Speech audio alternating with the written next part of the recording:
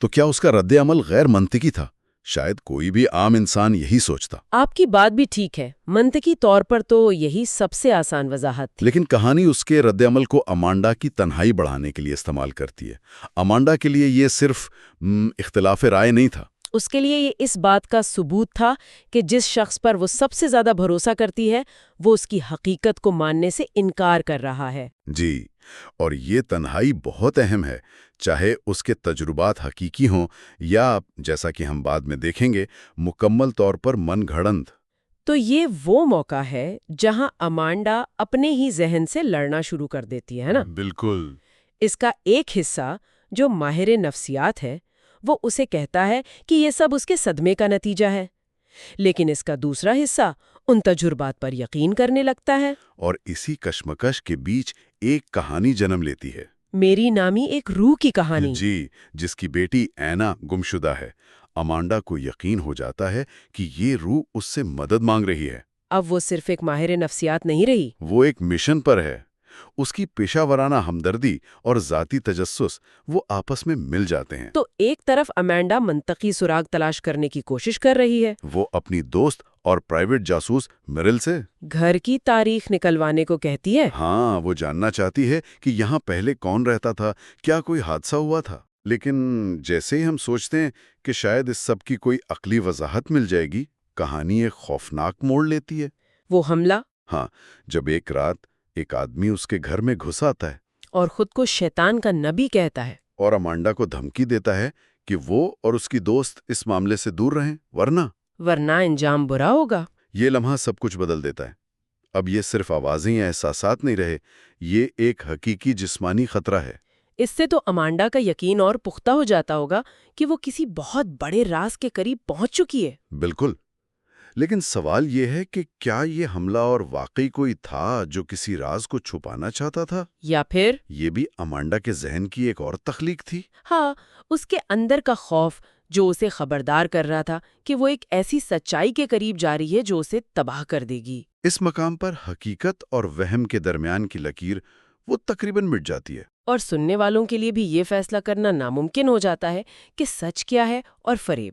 پورا یقین ہے کہ اینا کو وہیں قید کیا گیا ہے، وہ اپنی جبلت پر بھروسہ کرتے ہوئے وہاں پہنچتی ہے اور ایک آدمی کا سامنا کرتی ہے جسے وہ اینا کا اغواکار سمجھتی ہیں۔ اس لمحے وہ ایک ماں کے درد کو محسوس کر رہی ہے، وہ ایک بچی کو بچانے کے مشن پر ہے، وہ ایک ماہر نفسیات نہیں بلکہ ایک محافظ ہے۔ اور وہ اس آدمی پر حملہ کر دیتی ہے۔ لیکن پھر سب کچھ بکھر جاتا ہے۔ پولیس موقع پر پہنچتی ہے مگر صورتحال وہ پوری طرح امانڈا کے خلاف ہو جاتی ہے۔ ایک ایک کر کے سب اس کے خلاف گواہی دیتے ہیں۔ اس کی بہترین دوست میرل، اس کا پڑوسی، سب پولیس کو بتاتے ہیں کہ امانڈا ذہنی طور پر ٹھیک نہیں ہے۔ اور سب سے بڑا جھٹکا تو یہ تھا کہ جس پڑوسی کو وہ میری سمجھ رہی تھی، وہ صرف ایک عام عورت ڈیبرا تھی جو امانڈا کے عجیب رویے سے ڈری ہوئی تھی۔ اچھا، تو وہ عورت جو امانڈا کو گھورتی تھی وہ مدد نہیں مانگ رہی تھی؟ نہیں، وہ تو بس اس کی عجیب حرکتوں کی وجہ سے اس سے محتاط تھی۔ اور جس آدمی پر امانڈا نے حملہ کیا؟ وہ ایک غیر معمولی چور تھا۔ نہیں۔ ایک منٹ، تو کیا اس کا مطلب یہ ہے کہ اس کی دوست میرل بھی اس کے خلاف ہو گئی؟ وہ جاسوس جس سے اس نے مدد مانگی تھی؟ جی، اور یہی اس کہانی کا سب سے تکلیف دہ حصہ ہے۔ لیکن کیسے؟ امانڈا نے اسے کیسے قائل کر لیا تھا اور پھر وہ کیسے اس کے خلاف ہو گئی؟ دیکھیں، امانڈا نے اپنی دوست کو بھی اپنی بنائی ہوئی حقیقت میں شامل کر لیا تھا۔ اس نے میرل کو اتنے یقین سے اپنی کہانیاں سنائیں کہ میرل کو بھی شک ہونے لگا کہ شاید گھر میں واقعی کچھ گڑبڑ ہے۔ لیکن جب امانڈا نے ایک بے گناہ آدمی پر حملہ کر دیا تو میرل کو احساس ہوا کہ امانڈا حقیقت سے بہت دور جا چکی ہے۔ اس نے دوستی اور سچائی کے درمیان سچائی کا انتخاب کیا۔ جی، اور امانڈا کے لیے یہ سب سے بڑا دھوکہ تھا۔ تو اس لمحے امانڈا کو احساس ہوتا ہے کہ اس کی پوری حقیقت، میری، اینا، آوازیں، خواب، سب کچھ صرف اس کے ذہن کی تخلیق تھی، اور اس کی اپنی ڈائری جس میں اس نے یہ سب لکھا تھا، وہ اب اس کے خلاف ثبوت بن چکی ہے۔ اسے ایک ماہر کے طور پر نہیں بلکہ ایک مریض کے طور پر دیکھا جا رہا ہے۔ یہ مکمل تنہائی ہے۔ یہ تو ایک ذہین ذہن کے ٹوٹنے کی سب سے المناک تصویر ہے۔ جب آپ کی پوری دنیا جس پر آپ کو یقین تھا آپ کے سامنے بکھر جائے۔ اور کوئی بھی آپ کی سچائی کو ماننے کو تیار نہ ہو۔ عدالت بھی اسی نتیجے پر پہنچتی ہے۔ جی، ایمانڈا کو ذہنی عدم توازن کی بنیاد پر جیل کے بجائے ایک ذہنی صحت کے ادارے میں بھیج دیا جاتا ہے۔ اور یہ بھی ثابت ہوتا ہے کہ اس نے اپنے شوہر جارج کو بھی اسی دفاعی حالت میں قتل کیا تھا، یہ سمجھتے ہوئے کہ وہ ایک حیوان ہے جو اینا کو نقصان پہنچانا چاہتا ہے۔ یہاں آ کر لگتا ہے کہ کہانی ایک المناک انجام پر پہنچ گئی ہے۔ ایک قابل عورت صدمے کی وجہ سے اپنا ذہنی توازن کھو بیٹھی۔ ایک لمحے کے لیے یہ ذہنی بیماری کے نتائج پر ایک بہت گہرا تبصرہ لگتا ہے۔ کیسے صدمہ ایک مضبوط سے مضبوط انسان کو بھی توڑ سکتا ہے۔ ہم امانڈا سے ہمدردی محسوس کرتے ہیں، لیکن کہانی یہاں ختم نہیں ہوتی۔ اور یہی اس کہانی کی سب سے خوفناک بات ہے۔ آخری اور سب سے بڑا انکشاف ابھی باقی ہے۔ ذہنی صحت کے دائرے سے فارغ ہونے کے بعد امانڈا جارج کے سابق قانونی مشیر پیٹرک سے ملتی ہے، اور ان کی گفتگو سے جو سچ سامنے آتا ہے وہ رونگٹے کھڑے کر دینے والا ہے۔ ان کی گفتگو سے پتہ چلتا ہے کہ میری، اینا، مافق الفطرت واقعات اور امانڈا کی ذہنی خرابی، یہ سب ایک منصوبہ تھا۔ ایک شاندار سوچا سمجھا منصوبہ۔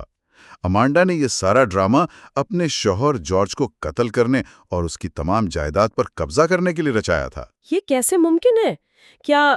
کیا اس کا مطلب ہے کہ وہ حملہ آور، وہ شیطان کا نبی، وہ بھی اصلی تھا؟ بالکل، وہ امانڈا کے ساتھی تھے جن کا کام امانڈا کی کہانی کو حقیقت کا رنگ دینا تھا۔ کون لوگ تھے وہ؟ پیٹرک جو قانونی مشیر تھا اور دو مجرم، ڈیرک اور پیٹر، سب اس منصوبے کا حصہ تھے۔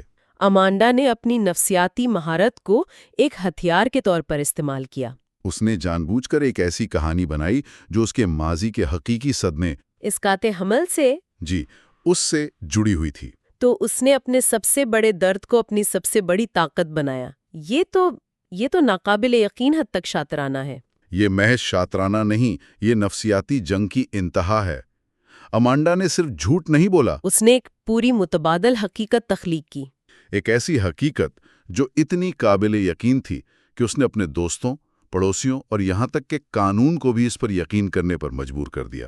اس نے اس بات کا فائدہ اٹھایا کہ لوگ ایک دکھی عورت پر شک نہیں کریں گے۔ اس نے نظام کی ہمدردی کو اپنے فائدے کے لیے استعمال کیا۔ اور آخر میں اس کا وہ جملہ، دنیا ہمدردی پر نہیں پیسے پر چلتی ہے اور پیسہ طاقت کو کنٹرول کرتا ہے، یہ تو صرف شروعات ہے۔ یہ جملہ اس کے اصل کردار کو مکمل طور پر بے نقاب کر دیتا ہے۔ یہ کہانی یہ انسانی نفسیات کے دو انتہا پسند پہلو دکھاتی ہے۔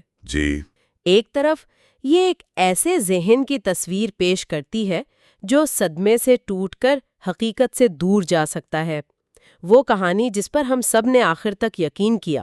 اور دوسری طرف یہ ایک ایسے شاطر ذہن کو دکھاتی ہے جو دوسروں کو اپنی بنائی ہوئی حقیقت پر یقین دلانے کے لیے نفسیات جیسے علم کو بھی ایک آلے کے طور پر استعمال کر سکتا ہے۔ اس نے تو اپنے پہلے کیس، وہ ایلن والی لڑکی کی نفسیات کو ہی اپنے منصوبے کی بنیاد بنا لیا۔ بالکل، جیسے ایلن نے اپنے لاشعور میں کہانی بنائی تھی، ویسے ہی امانڈا نے پورے ہوش و حواس میں کہانی بنائی اور سب کو اس میں اداکار بنا دیا۔ اس نے جو دوسروں میں تشخیص کیا، اسی کو اپنے لیے ایک نقشے کے طور پر استعمال کیا۔ یہ ہمیں یاد دلاتا ہے کہ انسانی دماغ جتنا تخلیقی ہو سکتا ہے، اتنا ہی تباہ کن بھی۔ اور کبھی کبھی سب سے بڑا خطرہ باہر کی دنیا میں نہیں، بلکہ کسی کے ذہن میں چھپے منصوبوں میں ہوتا ہے۔